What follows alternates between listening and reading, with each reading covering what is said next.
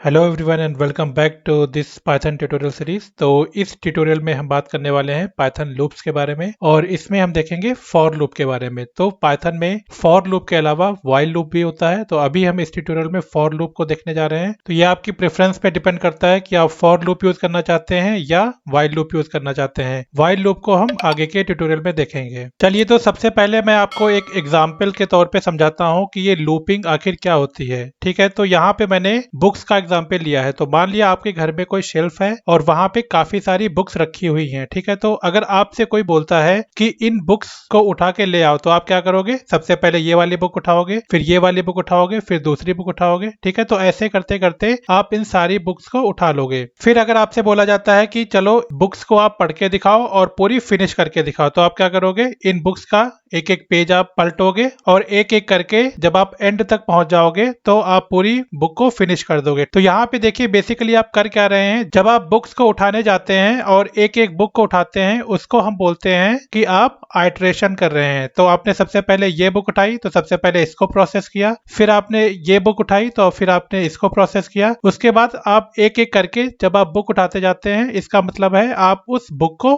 Process करते जाते हैं। तो सेम काम हमारा प्रोग्रामिंग लैंग्वेज में भी होता है और इसको जो ये प्रोसेसिंग का काम है वो हम करते हैं फॉर लूप या व्हाइल लूप की हेल्प से। तो आई होप अब आपको ये समझ में आ गया होगा कि फॉर लूप या व्हाइल लूप का या पाइथन में लूपिंग का क्या यूज होने वाला है। तो चलिए अब हम चलते हैं VS कोड की तरफ और इसको प्रोग्रामिंग की हेल्प से करके देखते हैं। तो मैं अब आ गया हूँ VS कोड में, जहाँ पे मैंने ये फाइल बना ली है python_loops.py। अब मैं इसमें क्या करता हूँ, मैं एक वेरिएबल बनाता हूँ, मैं इसको कहता हूँ बुक्स। तो हमने अभी जो बुक्स की शेल्फ देखी थी उसको मैं एक वेरिएबल में ले लेता हूँ और यहाँ पे मैं सारी बुक्स को स्टोर कर लेता हूँ। तो सबसे पहले मान लिया मैं यहाँ पे रखता हूँ पाइथन की बुक, फिर मैं क्या करता हूँ, मेरे पास एक जावा की बुक रखी हुई है तो उसको मैं लेता हूँ। उसके बाद मान लिया मेरे पास एक जावा स्क्रिप्ट की बुक है तो मैं उसको रख लेता हूँ और मेरे पास एक PHP की भी बुक रखी हुई है। ठीक है, तो ये मेरी एक शेल्फ हो गई जहाँ पे पाइथन, जावा, जावा स्क्रिप्ट और PHP की बुक्स रखी हैं। अगर आप यहाँ पे टाइप देखेंगे तो यहाँ पे ट्यूपल या टपल ये दिखा रहा है, इसको हम आगे के ट्यूटोरियल में देखेंगे। ठीक है, तो अब इस शेल्फ में से अगर मुझे एक एक बुक्स को निकालना है, जैसा मैंने अभी आपको एग्जांपल में बताया, तो आपको क्या करना होगा, आपको यहाँ पे लगाना होगा फॉर, फिर आपको एक वेरिएबल लेना होगा। तो जैसे ही आप कहेंगे फॉर बुक, तो ये बुक एक वेरिएबल हो गया। अब यहाँ पे करेंगे इन और जिसमें से भी आपको निकालना है, तो मुझे इस वेरिएबल से निकालना है इन बुक्स। फिर आपको क्या करना पड़ेगा, आपको यहाँ पे टर्मिनेट करवाना पड़ेगा। तो जैसे हमने लास्ट के ट्यूटोरियल में ये देखा था, आपको टर्मिनेशन के लिए कोलन का यूज करना पड़ेगा। तो जैसे ही आप इसको करके इंटर करेंगे, यहाँ पे आप न्यू लाइन में आ जाएंगे और यहाँ पे आपका इंडेंटेशन हो जाएगा। तो यहाँ पे आप देख सकते हैं। अब मुझे क्या करना पड़ेगा, मुझे यहाँ पे करना पड़ेगा प्रिंट, या जो भी मैं यहाँ पे प्रोसेस करवाना चाहूँ वो यहाँ पे प्रोसेस हो जाएगा। ठीक है, तो मान लिया मैं ये प्रिंट करवाना चाहता हूँ कि जो भी हमने बुक्स की शेल्फ थी उसमें से हर एक बुक को प्रिंट कर दो। तो यहाँ पे मैं क्या करूंगा, प्रिंट और फिर बुक। ठीक है, तो अब अगर मैं इसको रन करवाऊंगा तो ये क्या करेगा, तो अब देखिए यहाँ पे क्या होगा, ये जो बुक वेरिएबल है ये एक एक करके जाएगा और जब तक इसको एंड नहीं मिलेगा तब तक ये प्रोसेस करवाता रहेगा और प्रिंट कर देगा। ठीक है, तो अगर मैं इसको रन करवाता हूँ तो यहाँ पे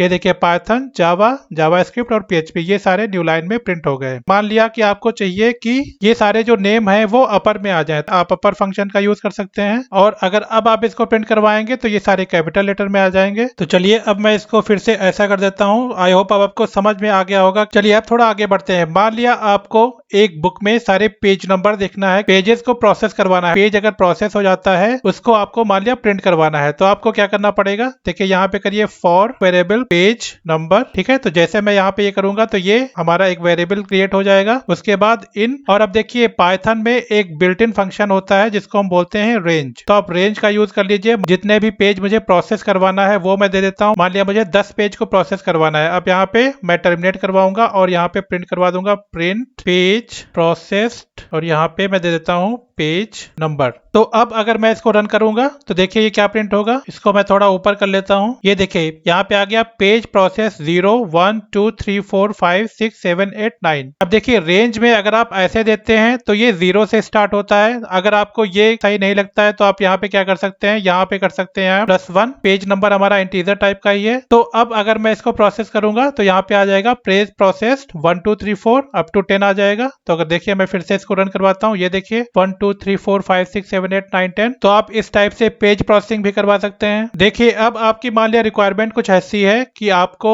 एक सीक्वेंस में एक सीरीज में पेजेस को प्रोसेस नहीं करवाना है, आपको बीच में से कुछ पेजेस को उठा के करना है। आपको क्या करना है, यहाँ पे आप रेंज दे दीजिए इस टाइप से। मान लिया आपको 2 से लेना है और यहाँ पे 10 तक लेना है, तो 2 से 10 तक। अब देखिए यहाँ पे एक चीज आपको ये ध्यान में रखनी है कि जो ये लास्ट वाला होगा ये आपका एक्सक्लूड हो जाएगा, ठीक है। तो अब ये स्टार्ट तो यहाँ से होगा, तो 2 से स्टार्ट होगा और ये 9 तक प्रोसेस करेगा। अब मैं इसको यहाँ पे हटा सकता हूँ। अब देखिए क्या प्रिंट होगा, यहाँ पे पेज प्रोसेस 2 से लेके 9 तक होगा। तो मैं अब इसको रन करवाता हूँ। ये देखिए 2 3 4 5 6 7 8 9। तो अगर आपको 2 से लेके 10 तक करवाना है तो आप क्या करेंगे, यहाँ पे एक ज्यादा दे दीजिए इस टाइप से, और अब आपका ये 2 से लेके 10 तक प्रिंट हो जाएगा। ये देखिए 2 3 4 5 6 7 8 9 10। देखिए अब आपकी मान लिया रिक्वायरमेंट कुछ ऐसी आती है कि आपसे कोई बोलता है कि मुझे कुछ पेजेस को स्किप कर करके पढ़ना है। मान लिया आपको दो पेजेस को स्किप करना है, तो आप यहाँ पे 2 दे दीजिए, ठीक है। इसको बोलते हैं हम स्टेप। तो अब अगर मैं इसको रन करूंगा तो सबसे पहले सेकेंड पेज प्रोसेस होगा, उसके बाद +2 हो जाएगा तो 4 आएगा, उसके बाद +2 हो जाएगा तो 6 आएगा। ऐसे ही हमारा जब तक ये